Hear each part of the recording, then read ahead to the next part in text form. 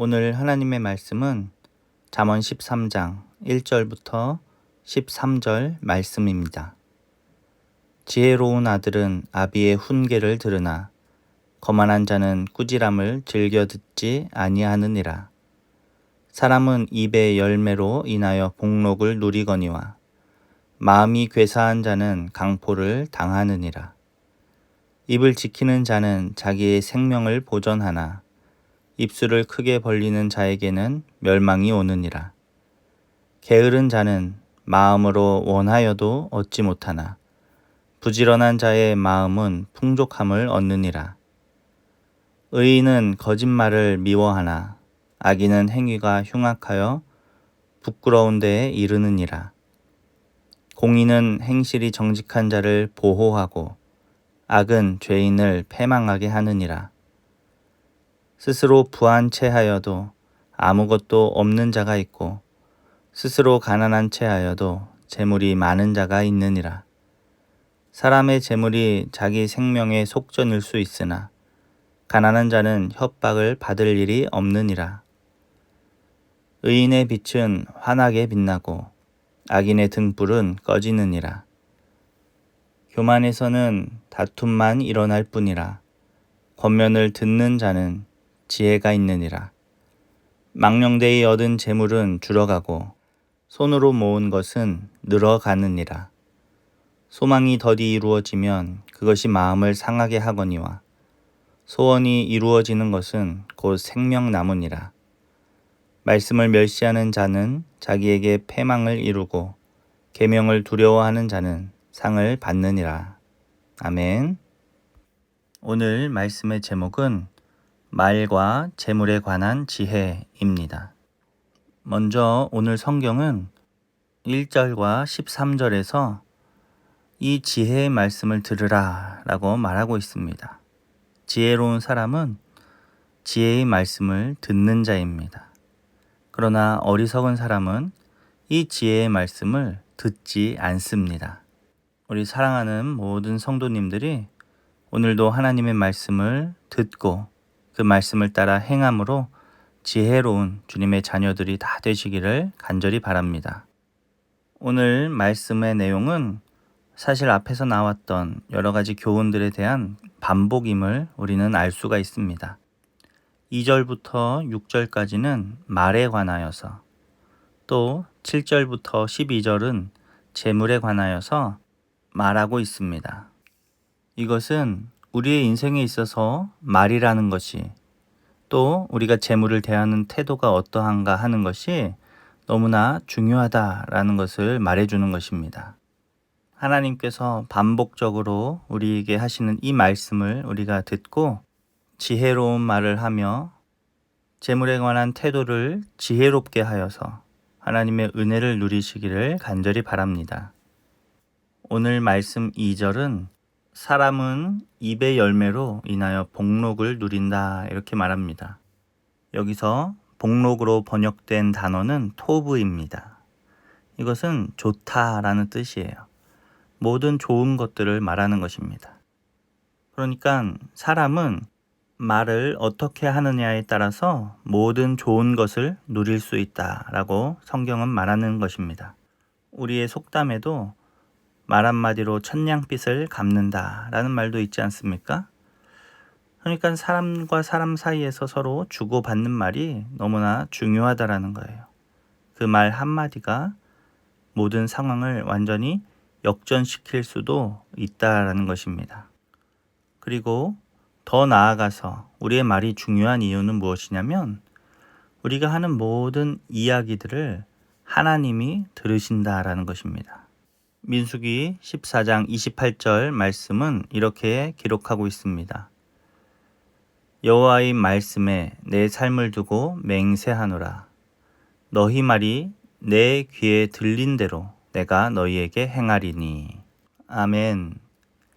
하나님께서 우리가 입술의 말로 고백하는 대로 하나님은 들으시고 그렇게 행하시겠다 말씀해 주십니다. 그래서 우리는 원망과 불평이 아니라 감사와 찬송을 우리의 입술로 말해야 하는 것입니다. 하나님께서 우리의 입의 말을 들으시고 그대로 행해 주시기 때문에 그렇습니다. 그래서 오늘 본문 3절은 입을 지키는 자는 자기의 생명을 보전하나 입술을 크게 벌리는 자에게는 멸망이 오느니라 라고 말하고 있습니다. 그래서 원망이나 불평이나 부정적인 말이 나올 것 같으면 차라리 말을 하지 않는 것이 낫다라는 것입니다. 출애굽한 이스라엘 백성들이 광야에서 지속적으로 하나님과 모세를 원망했습니다. 애굽에서 있을 때가 더 낫다. 왜 우리를 여기로 인도하여서 고생을 시키느냐라는 것이죠. 그래서 하나님께서는 그렇게 말씀하신 것입니다. 너희의 말이 내 귀에 들린 대로 내가 행하리라. 그래서 출애굽 1세대는 불평과 원망 때문에 결국 광야에서 생을 마감하게 되었다라는 것입니다. 하나님이 약속하신 젖과 꿀이 흐르는 그 가나안 땅을 경험해 보지 못했다라는 거예요. 얼마나 안타까운 일입니까? 우리가 말을 조심해야 됩니다. 왜냐하면 이 말이라는 것은 하나님 앞에 들려지는 기도가 되기 때문입니다. 사랑하는 우리 모든 성도 여러분들이 입술에 파수꾼을 세워서 하나님이 주시는 은혜와 복을 누리시기 바랍니다. 7절부터 12절은 재물에 관한 태도를 이야기해 줍니다. 7절과 8절 말씀은 특별히 재물을 자랑하지 말아라 라고 말하고 있습니다. 요즘은 많은 사람들이 자신이 가진 것을 자랑하기를 좋아합니다. 소통이라는 이름으로 SNS를 통하여서 서로 자신을 과시하고 자랑하는데 많은 사람이 혈안이 되어 있습니다. 그런데 오늘 7절, 8절 말씀은 그것이 지혜가 아니다 라고 말해주는 것입니다. 아무리 부한 척을 해도 없는 자가 있고 또 스스로 가난한 채 해도 많은 자가 있는데 그러면 이 둘 중에 누가 더 지혜로운 자입니까? 8절 말씀을 보니까 사람의 재물이 자기 생명의 속전일 수 있다 이렇게 말합니다. 속전이라는 것은 무언가의 값을 지불하는 것을 말합니다. 그러니까 재물이 있는 사람은 그 재물로 자기의 생명의 값을 지불하게 되고 그러나 반면에 가난한 자는 협박을 받을 일조차 없다라고 말하는 거예요. 이게 무슨 이야기입니까?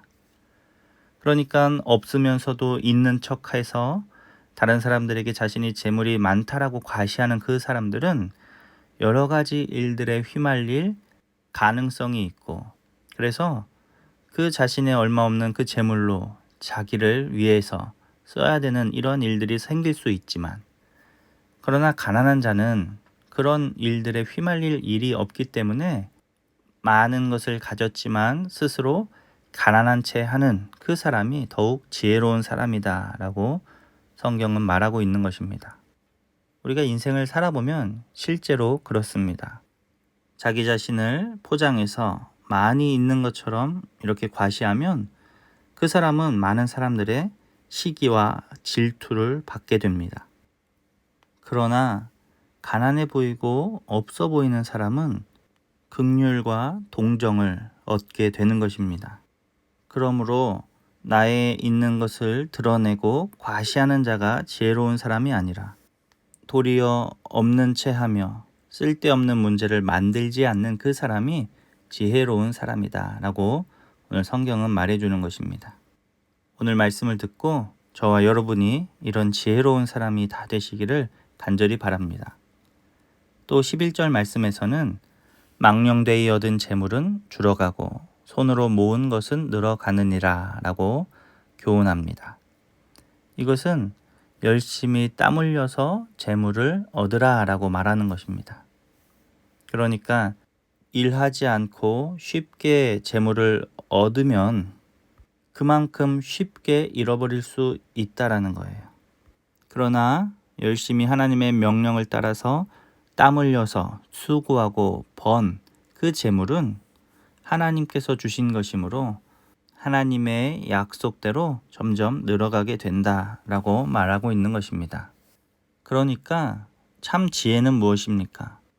재물을 과시용이나 남을 억압하는 데 사용하는 것이 아니라 내가 열심히 일한 수고의 대가로 하나님이 주신 열매요 결과임을 믿고 그것에 만족하며 살아가는 그 삶이 바로 지혜로운 삶입니다.